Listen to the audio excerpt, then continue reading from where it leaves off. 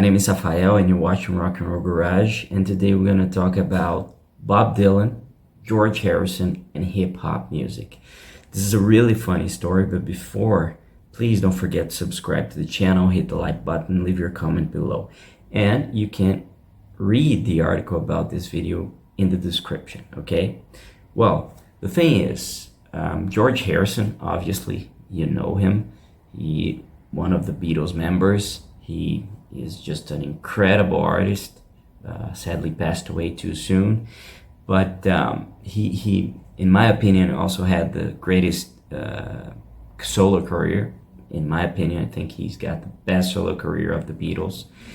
And thankfully, he formed a supergroup by the late 80s called the Traveling Wilburys, which also had Jeff Lynne from Electric Light Orchestra, Tom Petty, Roy Orbison, and Mr. Bob Dylan, who is one of the most prolific songwriters of all time. He has written more than 600 songs, and he's been touring since the 60s nonstop, right? And he was one of the greatest songwriters of all time, one of the greatest musicians of all time as well. And their friendship, the friendship between Bob and George started still back in the 60s when Bob first met the Beatles.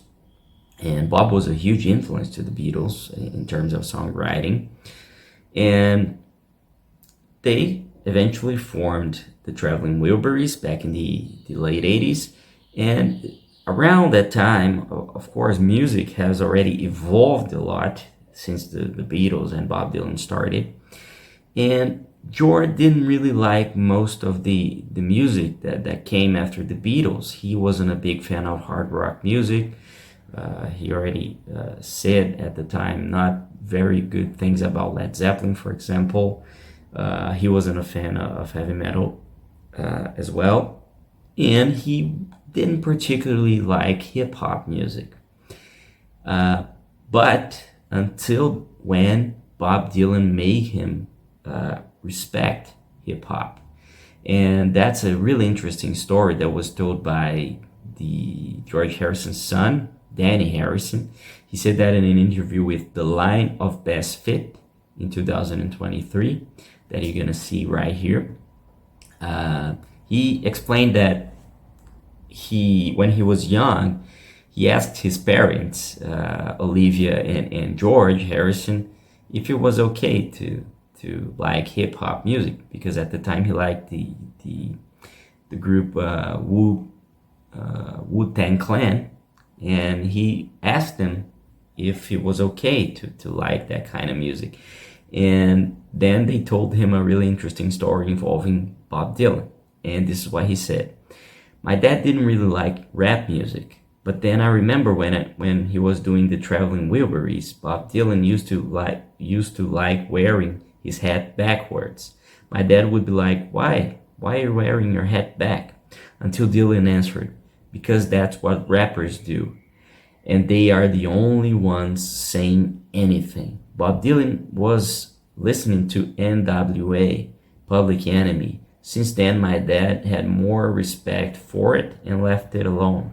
Later in life, RZA became a dear friend. I think my dad would have gotten on really well with him. They're both very respectful people who embrace all cultures and are well versed in different forms of spirituality. They would have really had a good conversation. That's what Danny Harrison said. And that's such a funny story, and it's really emblematic, because I mean, if George didn't respect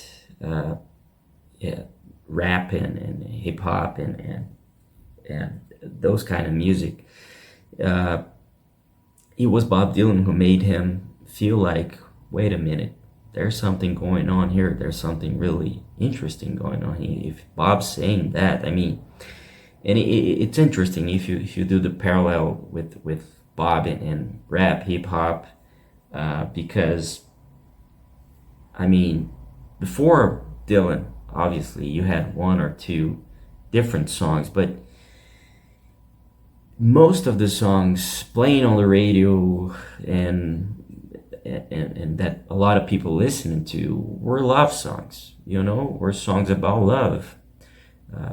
Until nowadays, obviously, the majority of songs are about love. That's what almost everybody relates to and what sells best. But it was really Bob Dylan who started to do protest songs, to really write about politics, write about different things in to write about things that should be fixed in society and everything else. And hip hop and rap music, obviously, there's a different side of it, but at least back in the 80s and early 90s, it was full on protest songs. Most of these groups that Danny said Bob Dylan used to like, I mean, Public Enemy and NWA, they're great, fantastic songwriters, and they had a really interesting discography, and it's just one of those really interesting stories about rock and roll, and I hope you like it. And please don't forget to subscribe to the channel, hit the like button, and leave your comment below, and obviously visit rockandrollgarage.com. Okay? See you later.